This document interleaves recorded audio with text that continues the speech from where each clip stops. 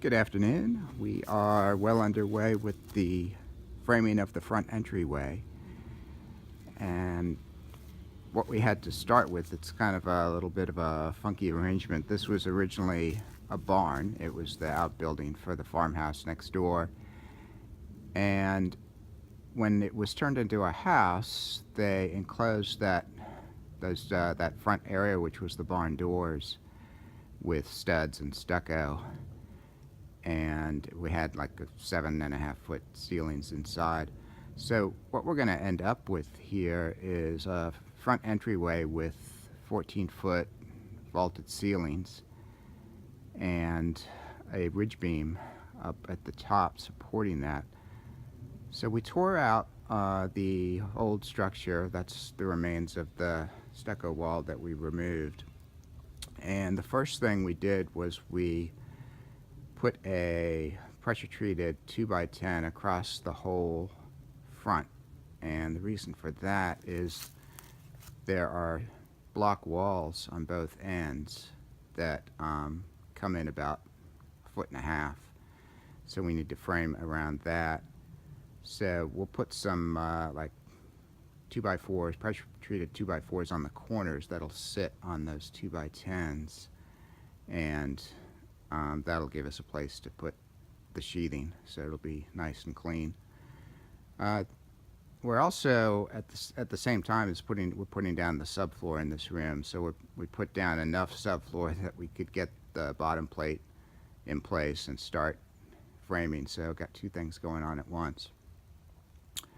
So after we got the 2x10 on the front and we got some subfloor down, we put down a 2x6 top plate and started putting in some studs.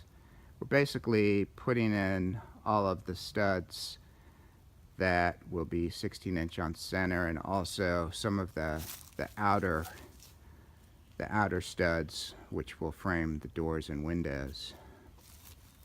So this front wall will be 2x6, and we're using mostly salvaged lumber that we recovered when we did the demolition of the old addition on the side there that's going to get rebuilt. We've got a plumb line established, and that is set up at the ridge there. So now we know we have the exact center, and we can use that as a reference point to frame the doors and windows. And show you the drawing here. This is what we're going to end up with. So we will have a front porch. That dashed line is the front porch that's going to be offset slightly. A small awning window up at the ridge. And then we'll have a door and a window inside the porch, and then another window on the side there outside the porch.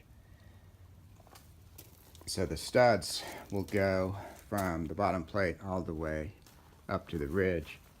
And the old wall actually wasn't plumb, so we had to add a barge rafter up at the top, and in order to make it plumb to the bottom plate at the bottom, we had to